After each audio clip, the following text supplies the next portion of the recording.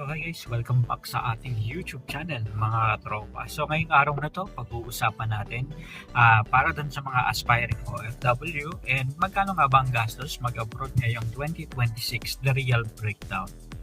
Aspiring OFW, checklist, mga requirement at budget na dapat mong ihanda kung ikaw ay nais maging OFW. So eto na nga mga katropa.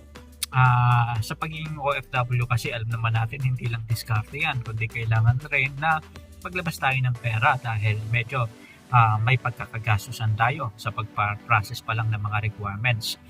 Ito yung tips natin para hindi mabutas ang bulsa ng mga aspiring OFW dito sa Pilipinas na nais mag-abroad. Ito na mga katropa. Okay, gusto mo bang mag-abroad pero natatakot ka dahil hindi mo alam magkano ba ang ilalabas mong pera? O baka naman nalilito ka sa haba ng listahan ng mga requirements na kailangan gawin. Okay, huwag mabahala dahil sa video ito mga katropa, hihimayin natin ang budget document checklist para sa 2026. Sasabihin ko sa inyo kung ano yung mga dapat bayaran, ano ang libre at paano makaalis kahit walang malaking ipon. So stay tuned mga katropa. So eto na nga. Simulan na natin. So bago kayo pumunta sa agency mga katropa, dapat handa ang inyong identity documents. Ito ang pundasyon ng inyong application. So ano pa yung mga identity documents? Meron ba nun? Meron. So number 1 mga katropa is yung tinatawag na passport. Alam naman natin na hindi makakapag-travel kung walang passport. Kaya importante na dapat kumuha muna tayo ng passport sa Philippine Embassy, sa Department of Foreign Affairs. Huwag antayin yung job opening bago kumuha. Kailangan bago ka pa mag-apply, meron ka ng valid passport. And kailangan ang validity nito at least minimum 2 years. And usually 10 years na ngayon, di ba? So kaya mas maganda, mas maaga bago ka pa mag-apply, meron ka ng ganitong dokumento. Kasi hindi ipaprocess ng agency yan kung wala kang documents na katulad nito. So sa pagkuha pa lang nito, maaaring maglaro sa 950 to 1,200 ang expenses sa pagkuha ng passport. Number 2, PSA birth certificate. Siguraduhin malinaw, walang mali sa spelling, and dito sa PSA baka abutin ng 365 pesos ang iyong gagastusin. Okay, importante itong PSA birth certificate dahil isa ito sa mga maaari mong magamit na dokumento sa pagkuha ng passport. So make sure 2 or 3 kopya na yung kunin ninyo para hindi na kayo pabalik-balik. Number 3, NBI clearance, yung multi-purpose o travel abroad ang kunin ninyo mga katropa. Ibig sabihin nito, for abroad purposes ito. Ang gastos dito is 160 plus convenience fee. Depende kung direkta kayo, nakukuha doon, or gagamit kayo yung magta-type pa at mag-i-encode ng mga details ninyo mga katropa. Okay, so pwede ring magpa-schedule, magpa-appointment, online appointment sa NBI sa pagkuha ng NBI clearance.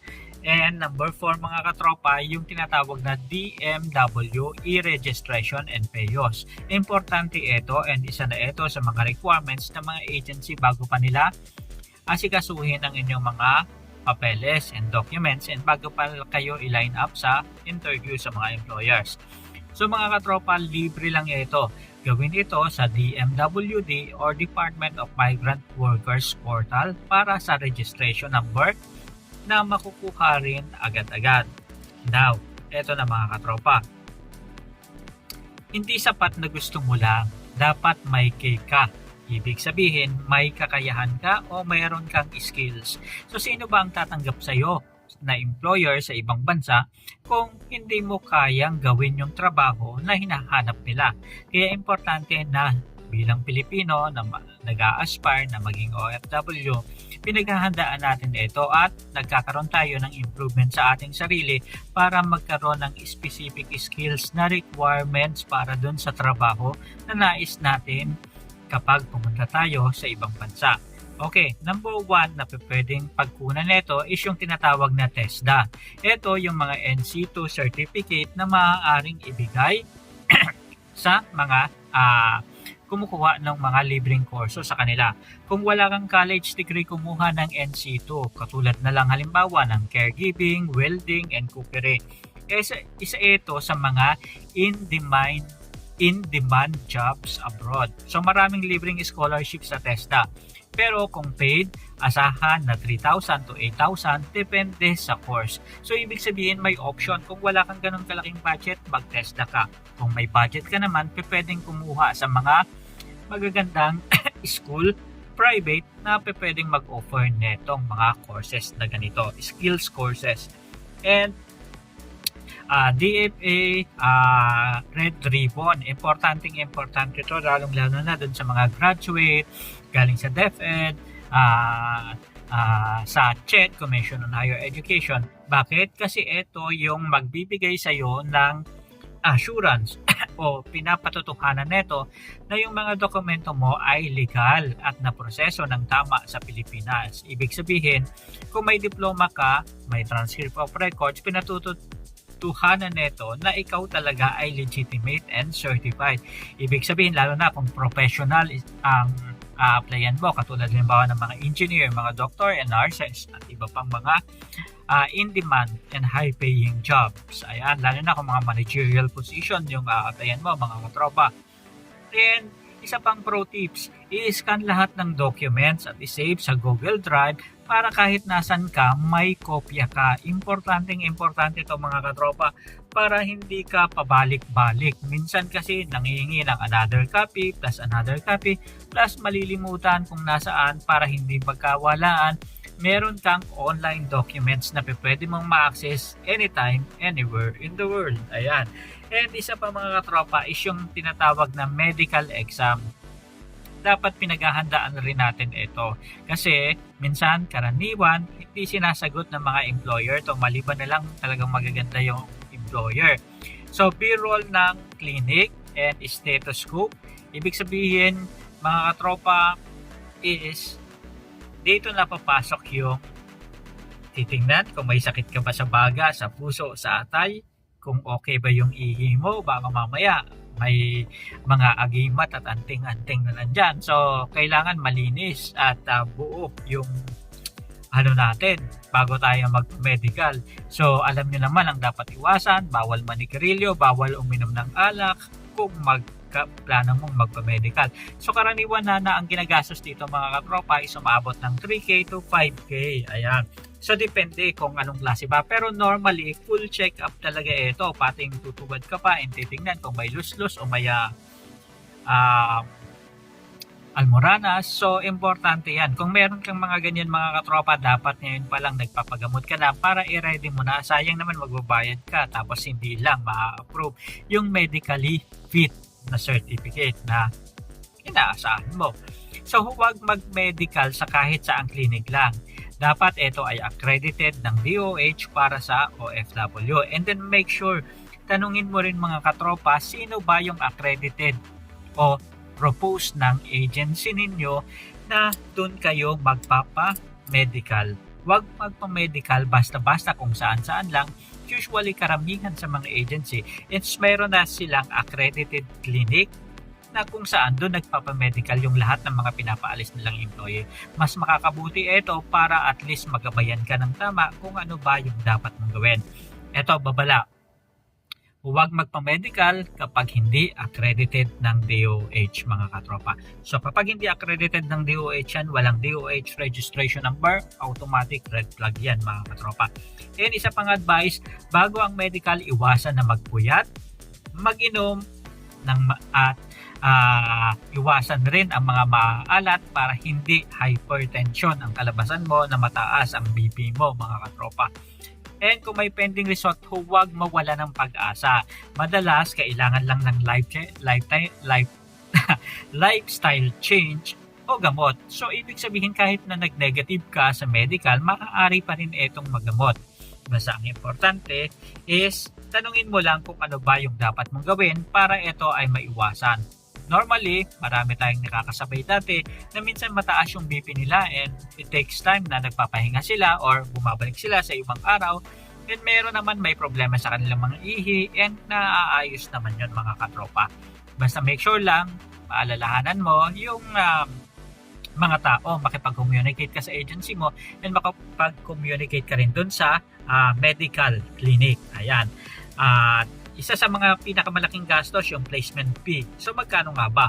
Ayon sa batas, ang placement fee ay katumbas lamang ng dapat 1 month salary. Kung hiningan ka ng 100k para sa sahod na 20k pesos, then scam yan mga katropa. So ibig sabihin, ang ina-allowed lang daw talaga na placement fee is 1 month salary. Yung tayo ay nag-abroad sa ibang bansa, meron ding placement fee and automatic 1 month salary yan mga katropa. And minsan is ginagawa pa nilang salary deduction. Meron namang ibang napakagandang agency na talagang totally no placement fee at sagot lahat ng employer. So maghanap ka mga katropa ng mga agency na no placement fee para at least libre ang pag-alis mo. Okay, exempted country. Tandaan, bawal manghingi ng placement fee. Ayan. Tandaan, bawal manghingi ng placement fee sa mga household workers and DH at sa mga bansang tulad ng USA, UK, Canada, and New Zealand.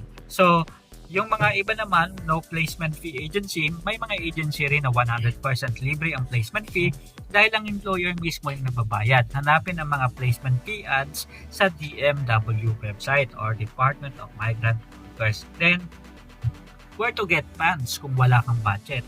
Ibig sabihin nito, paano kung wala ka talagang panggastos? So, mga katropa, karamihan naman bago ka mag-apply, siguro naman nagtrabaho ka na sa SSS at meron ka lang Pag-ibig account. So, ibig sabihin nito, may pera ka doon. So, kung may pera ka doon, pwede kang mag-take ng loan doon or pwede mo ba-loan yung 80% to 90% ng total Pag-ibig na binayad mo sa kanila. So, doon pa lang, makakasave ka na mga katropa at the same time, hindi mo naaabalahin yung iba mong mga kamag-anak na minsan nakakahiyang mangutang sa kanila.